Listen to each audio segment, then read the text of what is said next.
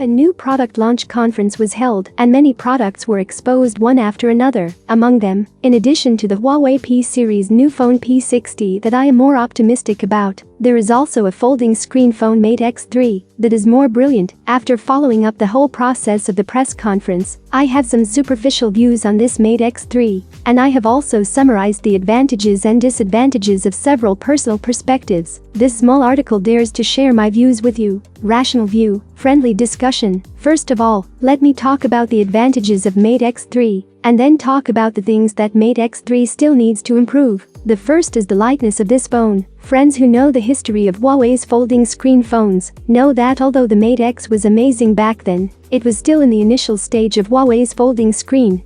There is room for improvement. With several iterations, today's Mate X3 can reach 239 grams, which is beyond people's inherent understanding of folding screen phones. You know, the current bar phone is about 200 grams, and 239 grams is already approaching the weight of an ordinary flagship phone. In terms of thickness, the Mate X3 is only 11.08 mm when folded, and 5.3 mm when unfolded. This kind of thinness is not just a slight difference in value, but can be truly felt from the display screen, which makes me look forward to its real hands-on review. In all fairness, before the press conference, my impression of this phone was only on a rendering and a poster with feathers to imply lightness, but after seeing the real phone test of the Big V, I was silent. It is worthy of the name to regard Mate X3 as a milestone of Huawei's folding screen phone. We can imagine to our heart's content, if Mate X4 further reduces the weight and thickness after folding, is it really possible to replace the traditional bar phone? The second is the improvement of some details. For example, this generation of folding screens finally supports hovering in a large angle range. It has been realized, and Huawei is still stuck at only hovering at certain angles. This time the hinge upgrade has greatly improved the opening and closing damping and stroke uniformity. Compared with the past, it is smoother and more stable, which can be felt from the physical evaluation.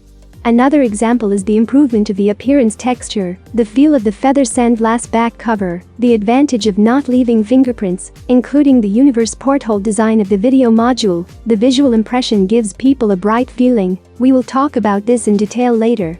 This generation of Mate X3 uses Kunlun glass for the inner and outer screens. The outer screen is drop resistant, and the flexible inner screen is more impact resistant. Both support 120 Hz high refresh rate and achieve a certain degree of matting ability. The hole is dug in the upper right corner of the inner screen, which feels more refined than the previous design. When it comes to performance configuration, Mate X3 still has regrets.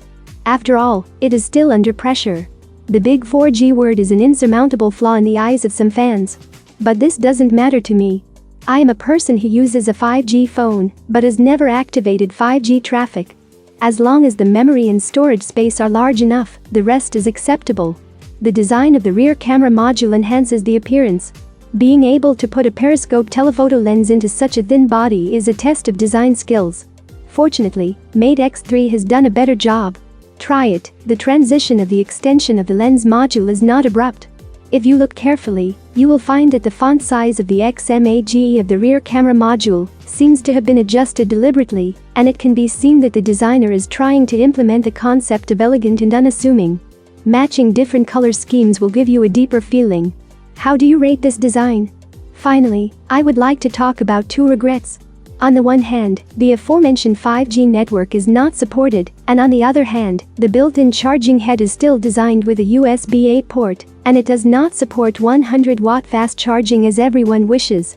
Charging currently only supports 66-watt wired fast charging, and the battery 4500 mAh is not too big. The above is my evaluation of this phone. I don't know what you think, so write it in the comment area. Have a nice day and see you soon.